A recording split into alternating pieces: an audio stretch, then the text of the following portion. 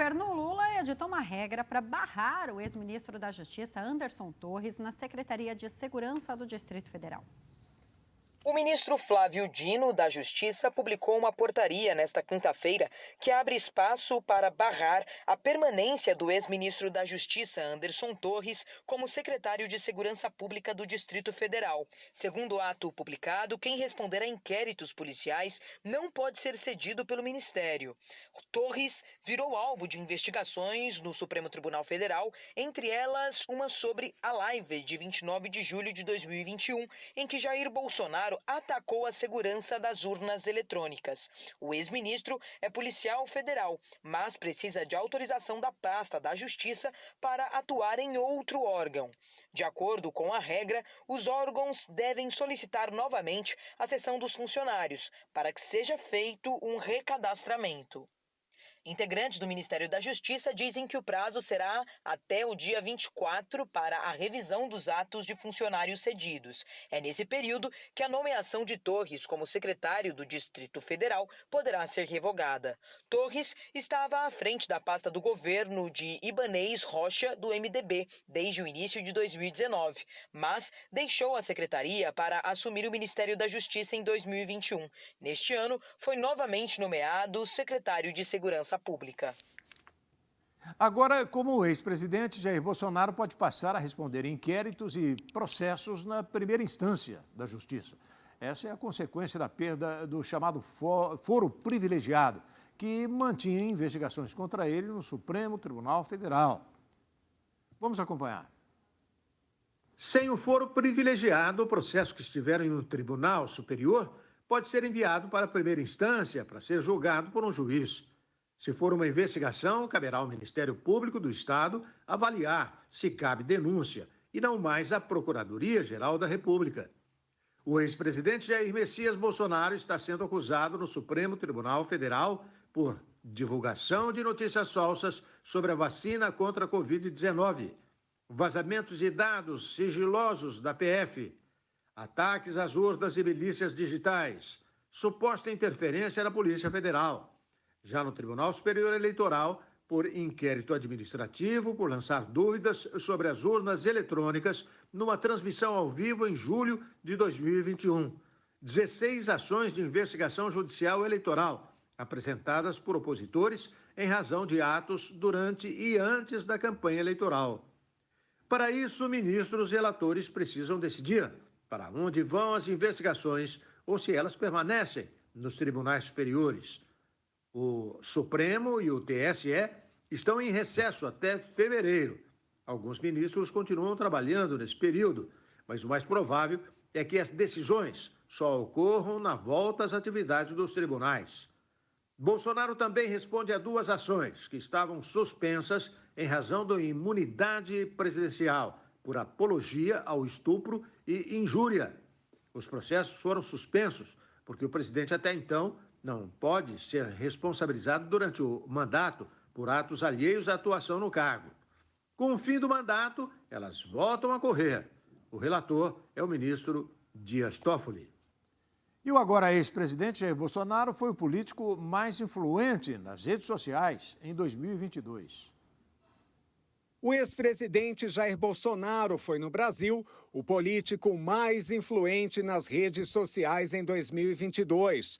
Apesar de sua derrota nas eleições de outubro e de sua reclusão após o pleito, o ex-mandatário responde sozinho a 21,2% de todo o engajamento com figuras políticas por meio de curtidas, compartilhamentos e comentários realizados no Twitter e em perfis públicos do Facebook ao longo do ano anterior. O levantamento é da Ponto Map, agência de análise de mídias e dados.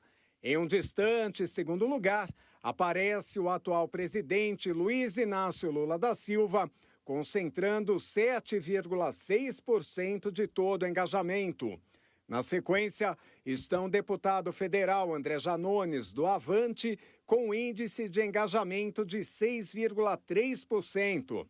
A deputada federal Carla Zambelli, do PL, com 4,7%, e o senador Flávio Bolsonaro, também do PL, com 3,7%.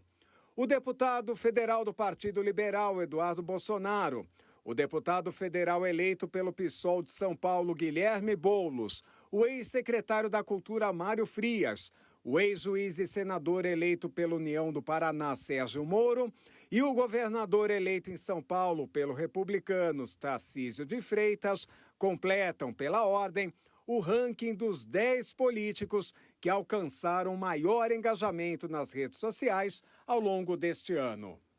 3 jornalistas bolsonaristas tiveram suas contas em redes sociais suspensas por decisão do ministro Alexandre de Moraes do Supremo Tribunal Federal.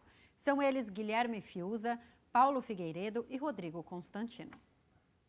YouTube, Twitter, Facebook, Telegram e Instagram suspenderam as contas dos comentaristas bolsonaristas Rodrigo Constantino, Guilherme Fiuza e Paulo Figueiredo Filho nas redes sociais.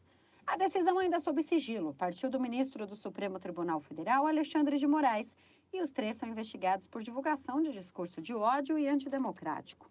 Em 30 de dezembro, o Twitter já tinha suspendido as contas de Constantino e Figueiredo. Comentaristas da Jovem Pan, ambos ficaram conhecidos por disseminar informações falsas contra a Covid, defender o ex-presidente Jair Bolsonaro e endossar ataques contra o Tribunal Superior Eleitoral e o sistema eletrônico de votação. Antes de ser demitido da emissora por descumprir uma determinação do TSE, Fiuza também esteve no centro da ofensiva à corte. O deputado federal Gustavo Gayer, do PL de Goiás, disse hoje que Paulo Figueiredo também teve o passaporte retido e contas bancárias bloqueadas por Moraes. Ele acabou de ter o seu passaporte cancelado e as suas contas bancárias bloqueadas. Em breve, provavelmente a Jovem Pan terá que fechar suas portas. Eu queria poder vir aqui dar uma solução para vocês. Só que agora, meus amigos, a gente não está mais brigando por resgatar o Brasil, a gente está brigando por sobrevivência. Que trio, hein? Olha aí. Guilherme Fiuza, Paulo Figueiredo e Rodrigo Constantino. De um deles eu vi no rádio dizer que vacina mata. O outro anunciando o encontro de militares, de generais para resolver o problema que não ia haver, e colocando em dúvida a posse do presidente eleito, Luiz Inácio Lula da Silva. Enfim, muito bom. O IBGE registrou recuo na produção industrial brasileira no mês de novembro de 2022. Para o comentarista de economia Marcelo Guedes, o resultado demonstra que é preciso de atitudes firmes, rápidas e certeiras para a indústria gerar novos empregos. Vamos acompanhar. IBGE divulga a produção industrial brasileira no mês de novembro de 2022. A produção industrial brasileira apresentou uma queda de 0,1%. Sobre o ano anterior, 0,9% de alta. Esse número parece pouco. A gente precisa de avaliar algumas questões bastante importantes aqui. Primeiramente, o mês de novembro foi um mês de ocorrências sazonais, eleições e Copa do Mundo. Pode ser, sim, que trouxe impacto na produção. Mas, quando a gente observa o índice da indústria, acompanhado no período pré-pandemia, ou seja, fevereiro de 2020, nosso índice de produção, a produtividade está 2,2% abaixo do esperado. E quando a gente observa também o pico da indústria no Brasil, que ocorreu em 2011, estamos a 18% atrás dos níveis históricos. Isso, naturalmente, demonstra que precisamos de atitudes firmes, rápidas, certeiras, para trazer a indústria de volta no papel importante que ela sempre teve na geração de empregos de qualidade, geração de receitas, geração de impostos e produtividade para o nosso país. O ministro da Indústria e Comércio, Geraldo Alckmin, que assumiu essa importante pasta, disse no seu depoimento que trará a indústria brasileira no protagonismo importante para que o Brasil volte a crescer. Lembrando aqui, quando a gente fala indústria, não é só automobilística. Temos indústria de alimentação, indústria de bebidas, indústria de remédios, indústria de informática, indústria de ótica, indústria de plástico. uma série de setores que precisam urgentemente da importante reforma tributária e de juros mais baixos para que possamos ser competitivos e crescer.